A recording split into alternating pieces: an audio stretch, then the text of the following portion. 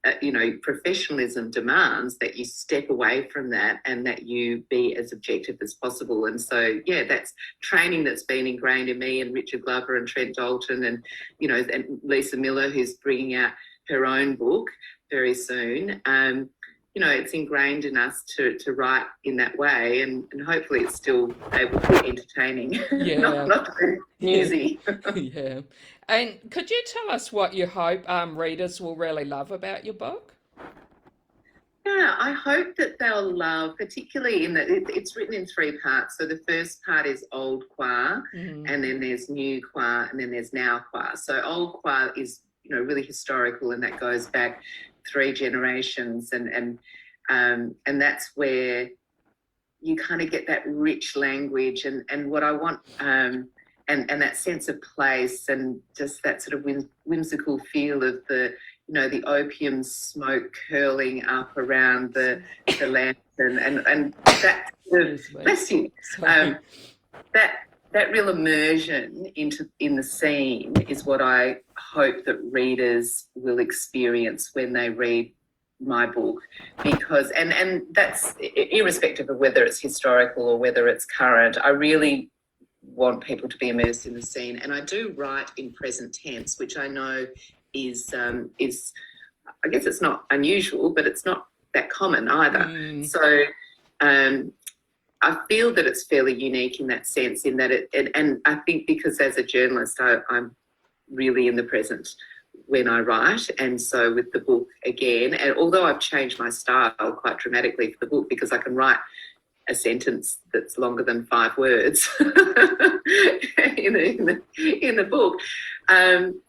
So I really want readers to feel immersed, and I want them to feel like they're there, and hopefully that's what I achieve. But in terms of any, morals or lessons, I think that's just in the eye of the beholder, isn't it? Because everybody comes to every experience, whether it's reading a book or whether it's just an experience in life, and you just take from it what you see through your own lens based on all of the other experiences that have imprinted themselves on your persona throughout your life. So I would never prescribe how somebody should read it. I just hope that it entertains, and I hope that it helps. I've already had emails from people. I wish I said letters, because it would be nice enough to get a letter from someone, but I've received emails from people just saying that they've experienced their own trauma, or inherited family trauma, or that their parents have, and that they've really connected with my book on that level. That's what I'm wondering with a book like that, if it brings up a lot of things for readers as well. And I would stress again that for anybody that reads my book, or any book that triggers anything or brings anything up, that there is so much support and help available, and there's a lot of help available without even necessarily reaching out too far. Like, I even just find following, inspirational accounts on Instagram. I know that it sounds a bit vacuous, but there's one called The Power of Positivity. I don't know who runs it. They've got, millions of followers, but it's just like positive affirmations every day. And there's I think there's the positive psychologist as well, who is actually a very well-known psychologist in the US, and she's sort of grown this community to millions of people, and it's followed by Oprah and Jay Shetty and all sorts of people. And I just find that even when people don't feel that they can literally go out and book a psychologist, or they don't feel justified in doing it or whatever, I think if they're worried, then just start small. Listen to some positive podcasts, read some positive books, around dealing with grief or dealing with trauma. I found, for me, when I was writing the book, I turned to a lot of self-help books as well, because as I was writing, I was sort of going through my own healing process, and it was really hard at times, confronting memories that I had pushed down for so long and compartmentalized, and put in a shoebox and tied up with string and put on a shelf. To quote a friend, who spoke to me recently about her own trauma after she read my book, she just said she'd compartmentalize it, and she put it perfectly, because that's exactly what I had done. But once I opened that box and it poured out, I was dealing with things that I really didn't want to have to deal with. But I did, and I'm glad that I did. And turning to these self-help books, I think I mentioned to you before our chat today, Hay House is a publisher of a lot of self-help and spiritual books that helped me on my path. And in particular, I know I mentioned Oprah before, but I do love Oprah. Who doesn't? She does a great podcast with a writer, a guru called Eckhart Tolle, and he wrote A New Earth and The Power of Now. And for anybody who just can't be bothered reading his books, Oprah does this podcast, and it's just 10 episodes, and each episode is her interviewing him about the 10 chapters in his book. Real? Okay. And so even though I read the book 3 times, my husband refused to read the book, so I just got him to listen to the podcast. Yeah. So it's a win-win. Yeah. No, that's some great advice. And could you, you did say you like reading self-help books, but just wondering what other sorts of things do you like to read, and if maybe there's anything great you've read lately that you'd like to recommend to us? Yeah, well, I've got lots of books on my to-be-read pile, including Trent Dalton's All Our Shimmering Skies, and so I can't wait to get into that. But recently I've read Where the Crawdads Sing, which I'm sure most people watching will already have read, but I really loved it. I think it was quite polarising for some people, because I read on Goodreads the fact that some people rated it really high, 5 stars, and then some people really low. So I find it fascinating, the whole book world. That, and in my own book club, people were really polarised there as well. And it's great, because it just means that you have these great discussions, because you can't understand how somebody couldn't like something. So that's another book. And what else? Oh, in Hay House, Gabrielle Bernstein's The Universe Has Your Back is sort of a spiritual self-help book that I've read recently. Jimmy Quick, Limitless is another one. Richard Glover's book, Flesh Wounds, that we talked about, that was really instrumental. Mao's Last Dancer, I've sort of come back to that, because Mao's Last Dancer and, books like Memoirs of a Geisha, that just paint those beautiful pictures of China and Japan and Asia, really evocative language. Like, that was very inspirational for me, writing House of Kwa. And I know HarperCollins calls House of Kwa, what do they call House of Kwa? I remember reading a mixture. Was it a mixture of Crazy Rich and... Oh, no, that's what my brother calls it. Oh, okay. So, that's right. So they call it Wild Swans meets Educated. Oh, so, that's Educated, that's right. So I thought that was amazing, because Wild Swans is an incredible, timeless classic, and Educated is an incredible book that I actually read last year, and that had a big impact on me, because I just thought, wow. That's really a pretty amazing family as well, isn't it? Yeah, the extremity of her story, or the extremeness of her story, I should say. So Wild Swans meets Educated, and then somebody else recently said Joy Luck Club meets Running with Scissors. Oh, okay. And then that brings us to the Crazy Rich Asians, because my brother says it's Crazy Rich Asians without the rich. So there's a bit of everything in there. Yeah. No, that's great. And Kelly said writing a novel sounds like it was a truly positive way to deal with your trauma, and she hopes that it did work out for you.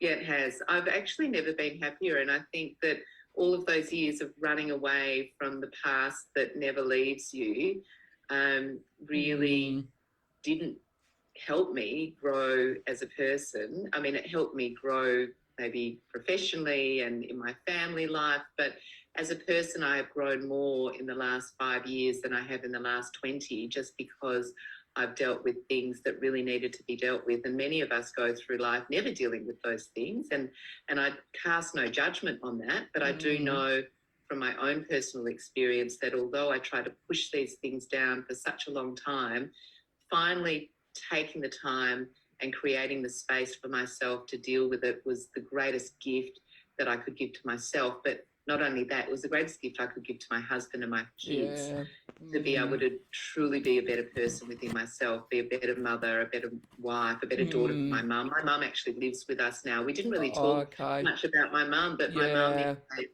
is the schizophrenic, and she, so she's and she's read the book? No. So I and because understandably a lot of the things in the book would be triggering for her, because although she is now diagnosed and treated, there's some quite confronting and traumatic events in the book that I experienced as a child, and it was hard enough for me revisiting them. But I think for her, with her mental health issues, it's helpful for me to revisit because I don't have those mental health concerns, but for her, I just think that might not be good for her. And I did discuss it with my psychologist and her psychiatrist, and we were all in agreement. And my mum was actually I got her permission to publish the book, and she gave me her blessing because she says that she trusts me and that she's proud of me. Yeah, and she promised that she wouldn't read it because she knew that I was concerned, and she's kept that promise. And the other day, or a couple of weeks ago, when I got my first copies of the book, and she held it in her hands and she turned it over in her hands and she said, "Mimi, it's amazing. Just an ordinary person has written a book." It was just so beautiful. And I started crying and gave her a big hug. She couldn't really understand why I was crying. Yeah. It was just so gorgeous. Yeah. So she doesn't ask you anything about it, or?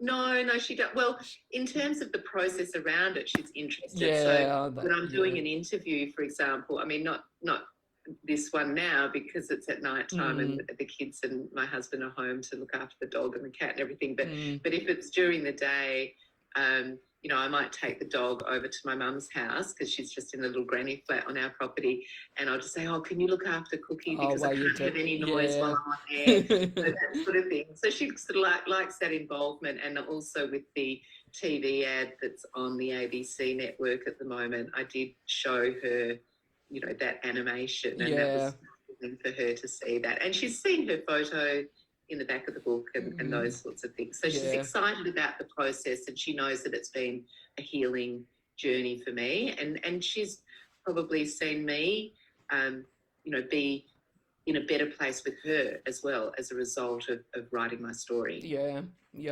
And you mentioned about the photos in the back of the book. I enjoyed looking at them after reading and then actually being able to visualize. Reminds me of when you went to Hong Kong in your school uniform. Because I think it's one of those things when you read it, because even my husband said, "Did you really just wear your school uniform when you went on holidays?" I was like, "Look, there's a photo to prove it." Because there are quite a lot of scenes in there where people just say, "That just can't be true." Yeah. And I go, "Yes, it was." Yeah. Or, "Yes, it is." Yeah. Well, thanks so much. It's been great talking to you. Just wondered if you want to let people know who watch how they can keep in touch with you. Oh, yeah, I'd love to do that. So I think my main lingua franca is on Instagram. So my handle is just Mimi_Kwa.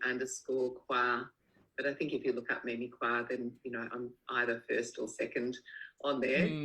And I don't think there are many Mimi Kwars in the world. So yes, so Instagram to follow my story. I love. I don't do a lot of posts, but I love posting stories, of the writing journey in particular. So I really enjoy Instagram, and then I just sort of feed that through to Facebook. I'm not as adept on Facebook as you are. I just kind of use that as my secondary platform. Yeah. But yeah, that's the best way. And I do have a website, which is mimitv.com.au. And if people sign up to that website, I actually do send them a resources page where I show you lists of books that I've read and books that have helped me, and also podcasts that I've listened to and other inspiring bits and pieces. Okay, no, that sounds good. I'll have to check that out. So yeah, thanks so much. It's been great chatting to you, and thanks to everyone who joined in and the people who asked questions. Thank you, and maybe we can talk to you again when you have a new book out. The new book sounds like it will be amazing as well. Thank you so much. Thanks for having me. Thank you. Bye, everybody.